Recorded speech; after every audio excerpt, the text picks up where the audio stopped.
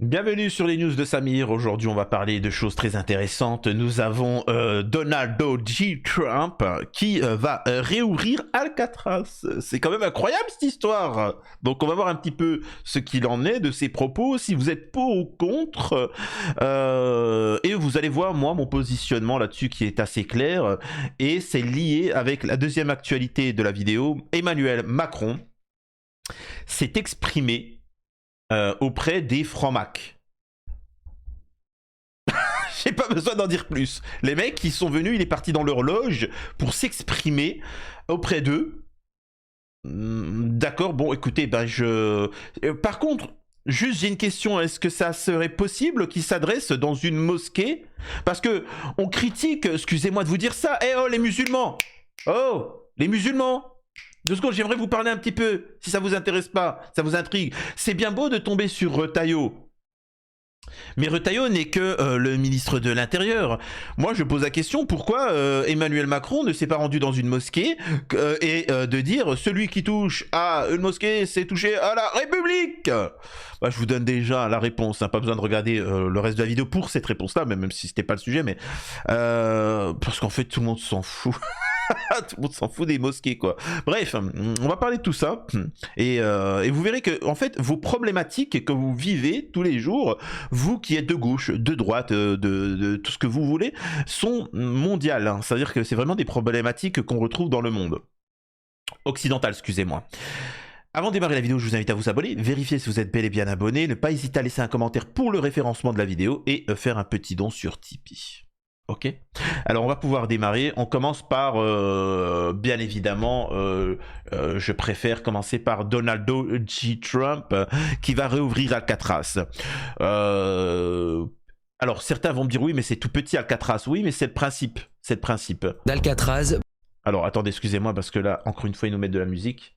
Voilà, c'est bon. Alors. Bah écoutez, l'idée de Donald Trump, c'est que Alcatraz redevienne une prison de haute sécurité, ce qui permettrait d'y enfermer, dit Donald Trump, les criminels les plus dangereux et les plus violents, comme à la grande époque de ce pénitencier très célèbre.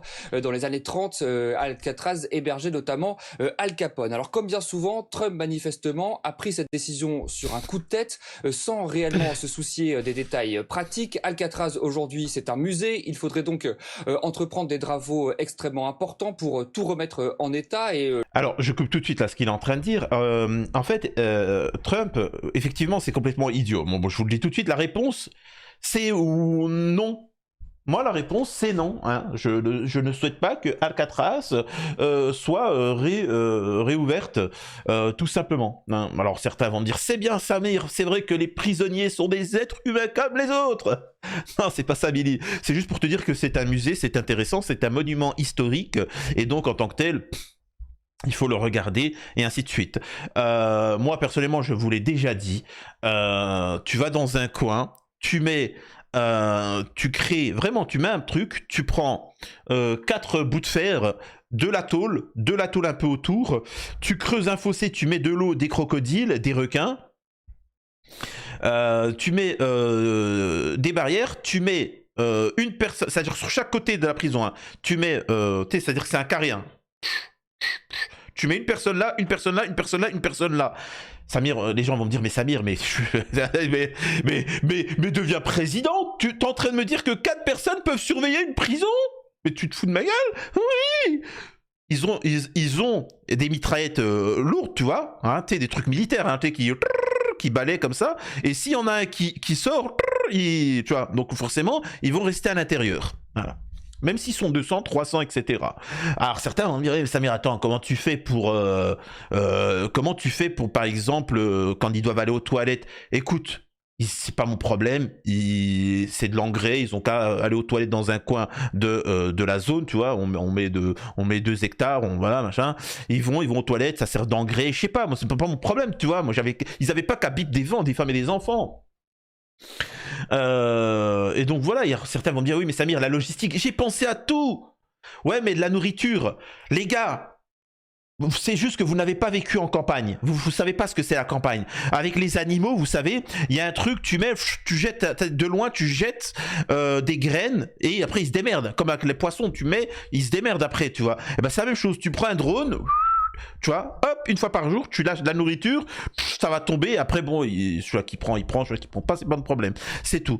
Et tu fais énormément d'économies et tout l'argent économisé servira aux citoyens français, hein, au peuple, à la population, etc. De temps en temps, on va en chercher quelques-uns pour aller faire des travaux, mais c'est tout, hein, faut pas déconner. Hein. Attendez, écoutons la suite. Le transformer à nouveau en prison. Bien évidemment, on parle de personnes, attention, hein, on parle de personnes qui sont irrécupérables. Hein. Là, je te parle de gens qui sont irrécupérables. Je parle pas de gens qui ont dit Free Palestine et qu'on a mis en tôle. On parle pas de ces gens-là, bien évidemment. On parle pas de gens qui ont fait une bagarre et puis se retrouvent en tôle pour des trucs de ce genre-là. On parle vraiment de gens qui ont bip des femmes, des enfants, etc. Voilà, ceux qui des tueurs en série, des gens irrécupérables. Non, désolé de préciser. Sans compter par la suite les coûts de fonctionnement colossaux. L'île Alcatraz est sur une île, il faut donc tout acheminer par bateau et c'est justement parce qu'elle coûtait trop cher que la prison a fermé moins de 30 ans après son ouverture. Ce projet de transformation d'Alcatraz en prison de haute sécurité semble donc totalement irréaliste, mais voilà, Alcatraz c'est un symbole et Trump aime les symboles. Tout cela lui permet de marquer les esprits et d'afficher sa fermeté, sa détermination face à la criminalité et face, dit-il, à des... Alors, encore une fois, là, par contre, je suis contre parce que pour tous ses intérêts économiques et ainsi de suite, maintenant, je comprends pourquoi Donald J. Trump propose ça. Il a raison, les gens ont besoin de symboles. Ils ont besoin de symboles. Il y a besoin de dire, regardez, voyez cette île-là, si vous déconnez, alors qu'on vous met en tôle, etc., mais les plus hardcore, regardez ce que vous allez subir. Eh ben, je suis désolé, c'est un symbole. C'est un symbole, tu vois. C'est comme ça. On a besoin de trucs particuliers comme ça. Donc certes, ça peut coûter de l'argent, mais c'est symbolique. Donc je peux comprendre que certains sont pour la réouverture d'Alcatraz. Et surtout que ce que les Américains, pourquoi ils valident le truc par rapport à Alcatraz, c'est qu'il y a des problématiques assez grave que les gens dénoncent. Nous sommes ici à San Francisco, on est ici à San Francisco et comme vous le savez, c'est blindé de tox. Hein. Il y a des tox qui sont là comme ça sur la rue, etc. et ainsi de suite. Et les gens dénoncent ça. Ils se disent attends, mais dans la rue partout. Sauf que les honnêtes citoyens, les gens normaux, ils ont des enfants. Et donc, tu retrouves, et c'est pour ça que les gens veulent rouvrir Alcatraz, c'est que tu retrouves avec des enfants déguisés en Luigi, en princesse, et le grand frère qui les accompagne, et qui se retrouve à marcher à côté de Toxico. Regardez, etc. Je vous montre pas toutes les images parce que c'est ignoble, hein, et il pourrait y avoir des trucs pas montrables. Mais forcément, imaginez, vous êtes avec votre enfant de 5 ans et qui marche comme ça, et ça fait le buzz aux États-Unis. Hein. Là, les vidéos, elles circulent, ça fait le buzz. Et il marche, etc. Et puis à côté, t'as des gens qui sont en train de se piquer. Mais c'est ignoble. Les enfants, c'est ignoble. Et Donald Trump essaie de lutter contre ça. Ce qu'il faut comprendre, c'est quelque chose mondial. Hein. Faut bien que vous compreniez, c'est quelque chose de mondial. Face à l'insécurité et l'inquiétude des parents d'élèves, la mairie de Saint-Ouen veut délocaliser les classes de maternelle de l'annexe de l'école Émile Zola. Ok ? Je lis l'article. Hein. Une école maternelle face à des dealers. À Saint-Ouen, l'annexe de l'école publique Émile Zola, dans laquelle se déroulent les cours de 4 classes maternelles, va bientôt fermer ses portes. En cause, le déplacement de ces 4 classes dans d'autres locaux provoqué par le trafic de stupes implanté à quelques mètres à l'entrée de l'école. Donc, nous avons la même chose en France, où on a des gens qui se piquent, qui font du deal devant une maternelle. Et pourtant, l'État décide de dégager la maternelle. C'est pas phénoménal cette histoire. Donc forcément, la population, en fait, vous savez, faut décider. Vous avez beau dire, vous avez beau faire. Je suis désolé, hein, c'est factuel. Il y a un moment, qui ne dit mot consent. Hein. Si tu ne dis rien, bah tu valides. Il y a 2 modèles de société. soit la rue, elle appartient aux mecs qui se piquent au tox, hein, soit elle appartient aux enfants et aux honnêtes citoyens. Moi, j'ai fait mon choix. Trump, il a fait son choix. Vous pouvez le critiquer, il a fait son choix. Maintenant, je vous demande à vous de me dire qu'est-ce que vous voulez voir dans les rues. Vous voulez voir quoi dans les rues? Je vous pose la question. Des enfants qui sont en train de jouer, hein, qui jouent au foot, qui jouent à cache-cache, qui sont en train de jouer, l'autre qui se déguise en petite princesse, ou vous voulez voir des tox qui se piquent et qui vendent, etc., avec des calaches, etc. Mon modèle de société, vous pouvez le critiquer, il est valide. C'est tout. Faites ce que vous voulez. Vous me dites en commentaire si je suis bizarre ou pas, si vous êtes d'accord avec moi, et ainsi de suite. Voilà, c'est... Pour moi, je sais que je peux paraître dur. Les prisons sont faites pour les toxicos, sont faites pour les gens nauséabonds, et les rues sont faites pour les enfants. Voilà. Certains pensent que c'est l'inverse. Je rappelle qu'en France, un enfant de 8 ans qui n'avait pas respecté une minute de silence ou je sais pas quel acte, etc. Mais parce que les enfants, ils rigolent, tu vois. Ils sont tous alignés comme ça, et ils doivent pas... Allez, une minute de silence. Ils ont commencé à rigoler, tu vois. En France, ils ont demandé, ce n'est pas une blague, si vous me regardez de l'étranger, ils ont demandé la perpétuité pour cet enfant-là. Il a rigolé. Il sait même pas de quoi on parle. Putain, il sait même pas. Le mec qui joue au Pokémon et puis...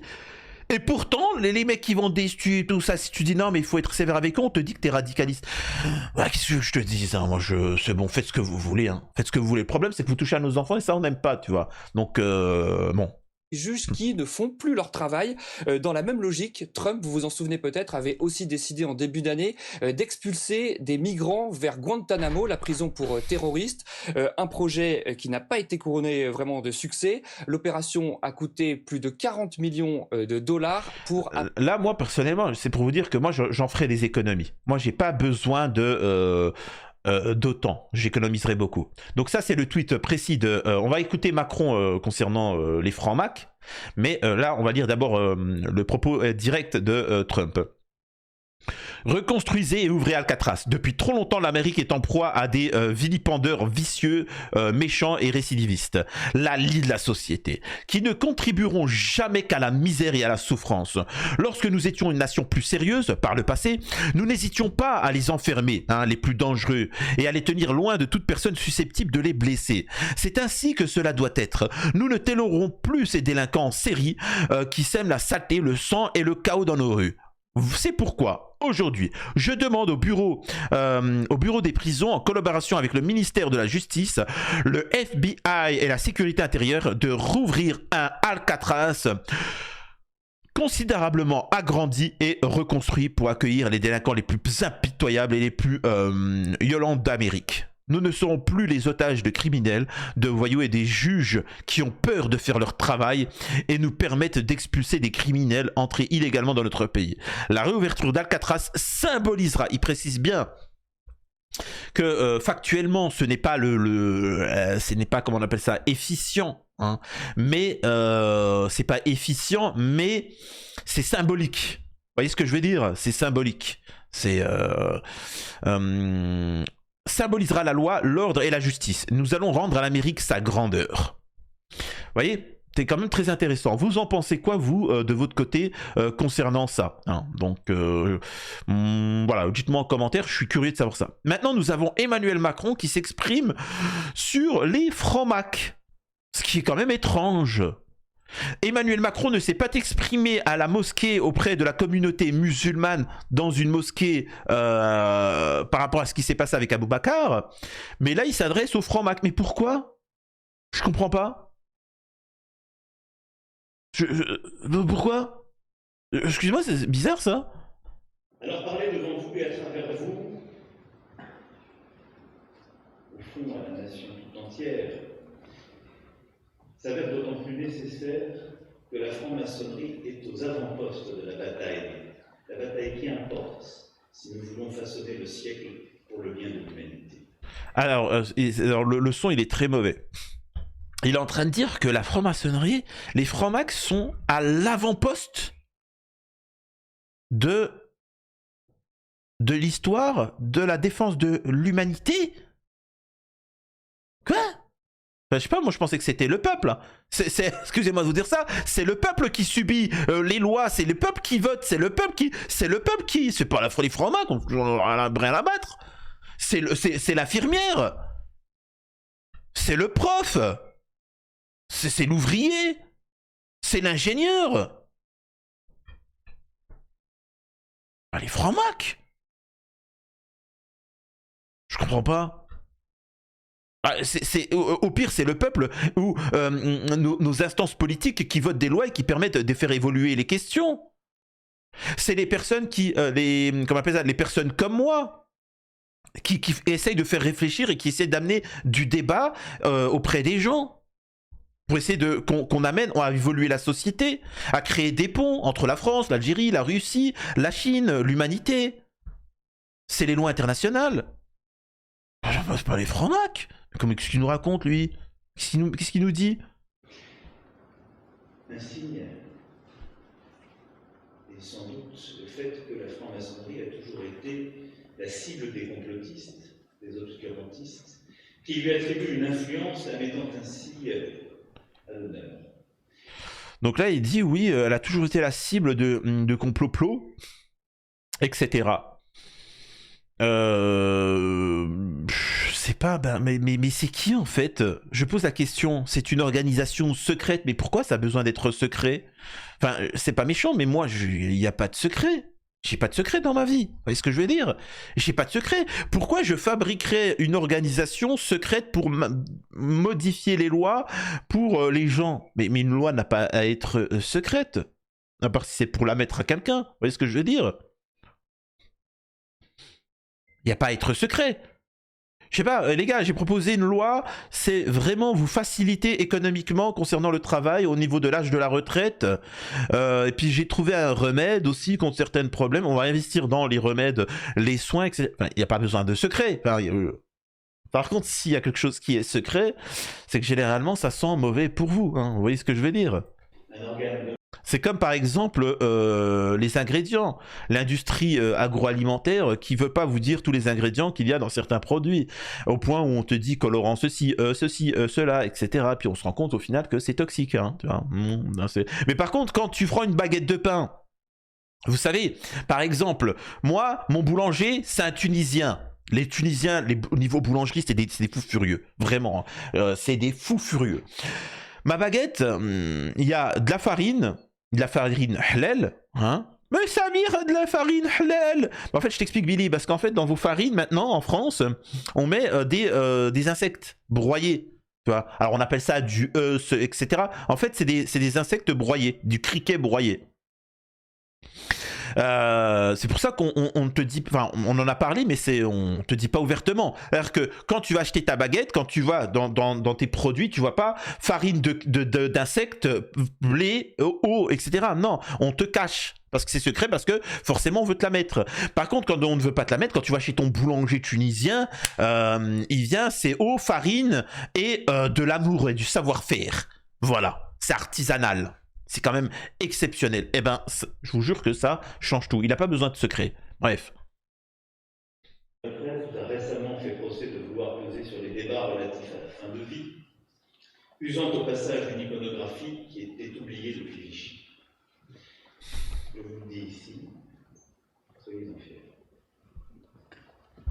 Donc là, ouvertement, il dit certains... C'est quand même fou, hein. Mais moi là je découvre. Hein.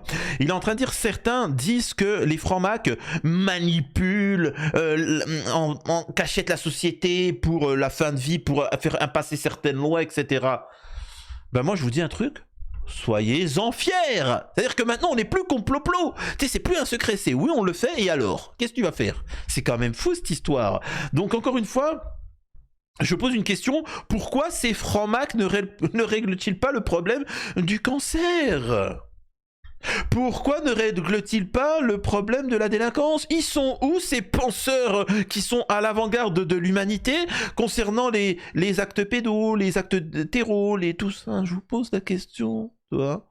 Pourtant, moi, à mon échelle, j'ai déjà trouvé les solutions. Pourquoi eux n'ont pas? À moins qu'ils sont à l'origine du problème. Vous me dites en commentaire, à la prochaine sur les news de Samir.